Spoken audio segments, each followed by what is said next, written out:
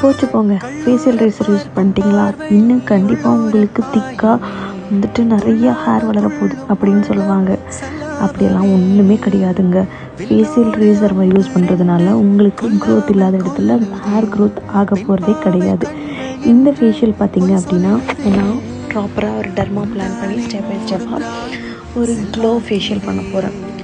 இந்த க்ளோயிங் ஃபேஷியலுக்கு வந்துட்டு ஃபஸ்ட்டு நான் கிளென்ஸ் பண்ணிக்கிறேன். அதுக்கு முன்னாடி அடித்தது வந்து ஆஸ்ட்ரிஜன் ஸ்ப்ரே, அதை அடித்து முடிச்சுட்டு நல்லா டீப் கிளென்ஸ் பண்ணிக்கிறேன். டீப் கிளென்ஸ் பண்ணும்போது உங்களுக்கு வந்துட்டு ஸ்கின்னு வந்துட்டு ஒரு நல்ல ஃப்ரெஷ்ஷான பேஸ் வந்துட்டு க்ரியேட் ஆகும். நெக்ஸ்ட்டு வந்துட்டு பார்த்திங்க அப்படின்னா ஸ்க்ரப் தான் யூஸ் பண்ணுறேன். ஜென்டலாக ஒரு ஸ்க்ரப் பண்ணிக்கிறேன். எனக்கு கொஞ்சம் சென்சிட்டிவ் ஸ்கின்னாக இருக்கிறதுனால நான் அதிகமாக ரப் பண்ண மாட்டேன். ஜென்டலான ஒரு ஸ்க்ரப் கொடுத்தா போதும். ஸ்க்ரப் அப்படின்னாவே வச்சு நல்லா தேய்க்கணும், அப்போ தான் வந்துட்டு நல்லா இருக்கும் அப்படிலாம் கிடையவே கிடையாது. மைல்டாக எங்கெங்கெல்லாம் உங்களுக்கு வந்துட்டு ஸ்க்ரப் கொடுக்கணுமோ அங்கே மட்டும் ஸ்க்ரப் பண்ணிவிட்டு மற்ற இடத்துலலாம் ஜென்ரலாக நீங்கள் இது பண்ணிட்டால் போதும்.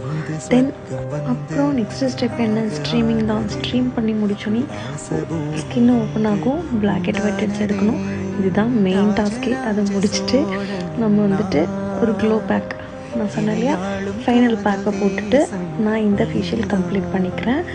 நல்லா திக்கான ஒரு பேஸ்ட் எடுத்து நான் ஓவரால் ஃபேஸில் கேப் இல்லாமல் எல்லாத்தையும் அப்ளை பண்ணிக்கிறேன்.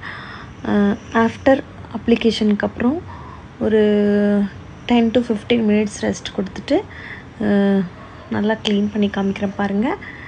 இந்த ஃபேஷியல் உங்களுக்கு பிடிச்சிருந்துச்சுன்னா ஃபமிஸ் கிளாம் பியூட்டி காண்டாக்ட் பண்ணுங்கள். இருந்தால் கமெண்ட் பாக்ஸில் கமெண்ட் பண்ணுங்கள். Bye by.